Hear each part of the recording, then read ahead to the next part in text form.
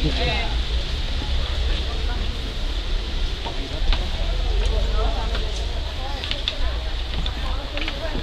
dar explicação.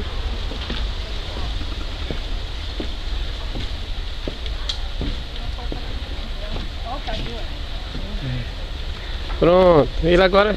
Esse aqui foi o menor caju da safra desse ano. Ainda deixa o pessoal tirar. E esse aqui é o tronco principal? Não, esse aqui é o tronco principal da árvore.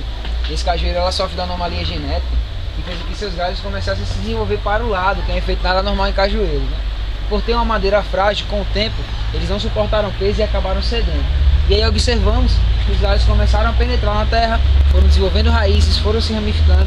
Dessa forma, essas raízes emergem novamente, algumas retornam para o solo, desenvolvem novas outras raízes e algumas outras se continuam crescendo para cima, dando impressão até de novas árvores. Não sabemos até hoje o que ocasionou essa anomalia genética, mas sabemos que não foi o homem e sabemos que não foi o solo, pois nós temos um outro cajueiro na lateral lá, ele fica isolado, não sei se eu vai conseguir filmar daí, mas na lateral lá é um cajueiro de 130 anos que não faz parte desse aqui, e os galhos daquela árvore também foram ao solo, mas acabaram morrendo, que é um efeito que normalmente acontece com cajueiros comuns. Então, se fosse o crescimento comum, por exemplo, aquela árvore lá por ter 130 anos é bem menor que essa aqui. Acreditamos que essa árvore tem aproximadamente 120 anos, com pesquisa realizada com o pessoal mais antigo da região, pois na verdade, pesquisadores ficaram com medo de realizar estudos diretamente no tronco e acabar prejudicando a planta, acabar matando, que teriam que realizar cortes, contar as anéis de crescimento.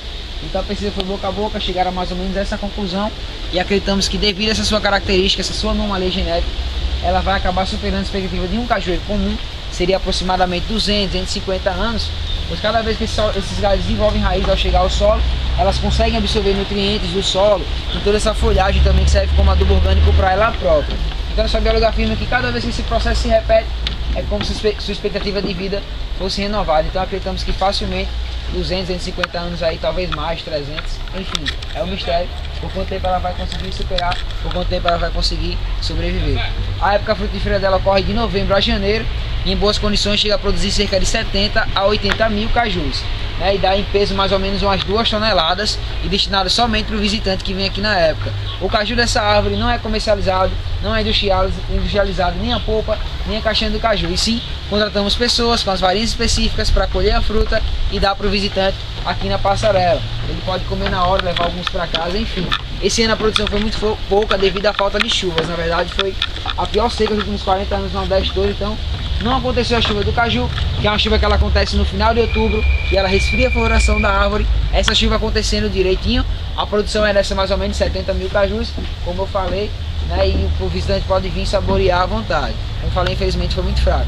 Assim, nós aconselhamos aos visitantes, quando vierem na época, se tiverem a oportunidade de vir numa época frutífera boa, não comer mais 3 cajus dessa árvore por dia, que é para não adquirir um crescimento monstruoso como o da planta, né, pessoal?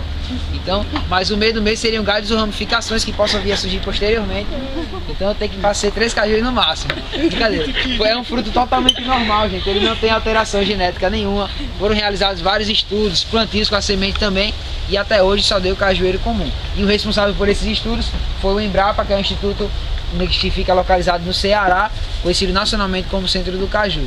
E quem comprovou que trata-se de uma árvore foi a equipe do Guinness Book, o livro dos recordes. No final de 93 realizaram testes de DNA em folhas, escavações em raízes, para saber se havia essa ligação. Foi constatado na edição do ano seguinte, no caso em 94, ele foi registrado, está registrado como o maior cajueiro do mundo. E naquela época ele tinha 7.300 metros quadrados. Hoje ele cresce exatos por ano 1,4 metros quadrados, abrangendo uma área hoje de um pouquinho mais de 8.500 metros quadrados. Quanto tempo tem de vida? 120 anos mais ou menos, essa árvore, Então, essa seria a área desse terreno, os 8.500, mas ele já ultrapassa, já toma metade da avenida nessa lateral, toma um acesso que temos lá atrás, tomava nessa lateral também. Porém, foi implantada essa tela de contenção há quase 3 meses, chamado caramanchão, para fazer com que os galhos cresçam para cima, se moldem em cintura natural e venham a liberar o trânsito. Pelo menos aquela lateral está dando certo, já estão passando 2 veículos, um na lateral do outro, diferente daqui, que só está passando um.